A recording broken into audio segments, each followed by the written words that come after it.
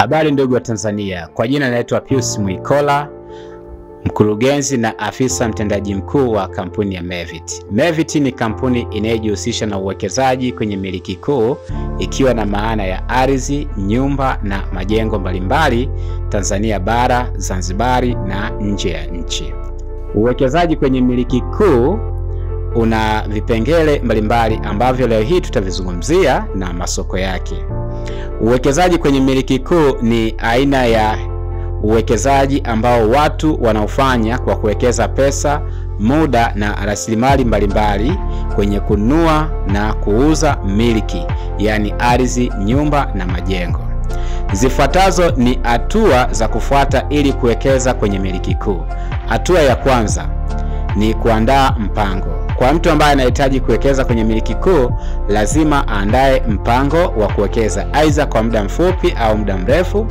Hatua ya pili ni kununua miliki.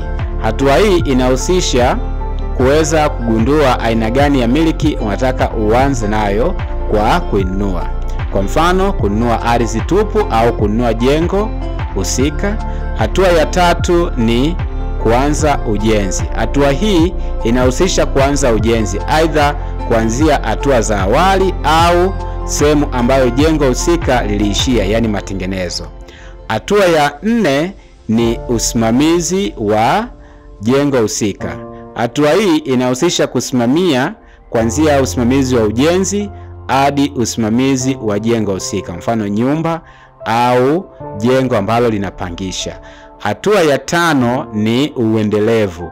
Hatua hii inahusisha kuendelea kuwekeza kwenye miliki kuu aidha kwa kuuza na kununua au kwa kupangisha au kukodisha na kuendelea kupata kodi kila mwezi au baada ya miezi kadhaa. Uwekezaji kwenye miliki kuu, ili ufahamu vizuri, lazima utambue masoko. Na masoko ya miliki kuu ni haya yafuatayo. Soko la kwanza ni soko la nyumba, soko la pili soko la majengo ya rejareja, soko la tatu soko la majengo ya ofisi, soko la nne soko la majengo ya viwanda, soko la tano soko la majengo ya ukarimu na soko la sita soko la ardhi. Tukianza na soko la kwanza ambalo ni soko la nyumba. Hili ni soko kongwe ambalo linahusisha majengo kama nyumba za makazi kwa ajili ya makazi binafsi au makazi ya kupangisha au kukodisha. Soko la pili ni soko la majengo ya rejareja. Soko hili linahusisha majengo kama maduka, fremu za biashara ambazo majengo haya yapo kwenye soko la biashara ndogo ndogo na biashara za kati. Soko la tatu soko la ofisi ambalo linahusisha majengo ya magorofa, majengo marefu kwa ajili ya ofisi za makampuni, biashara na kadhalika.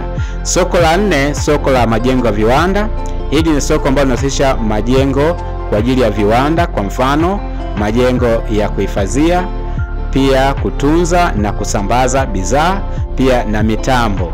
Soko la tano soko la majengo ya ukarimu. Soko hili linahusisha majengo kwa ajili ya burudani pia na utalii, kwa mfano hoteli, lodge, guest house na majengo mengine ya burudani kama camping site na kadhalika. Soko la mwisho ambalo ni soko la ardhi. Hili ni soko ambalo linahusisha ardhi tupu.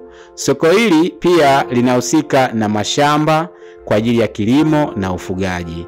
Karibuni Mevit Company Limited, mjifunze kuhusiana na uwekezaji kwenye miliki kuu na kufahamu masoko ambayo tumeyazungumzia kwa kina. Asanteni.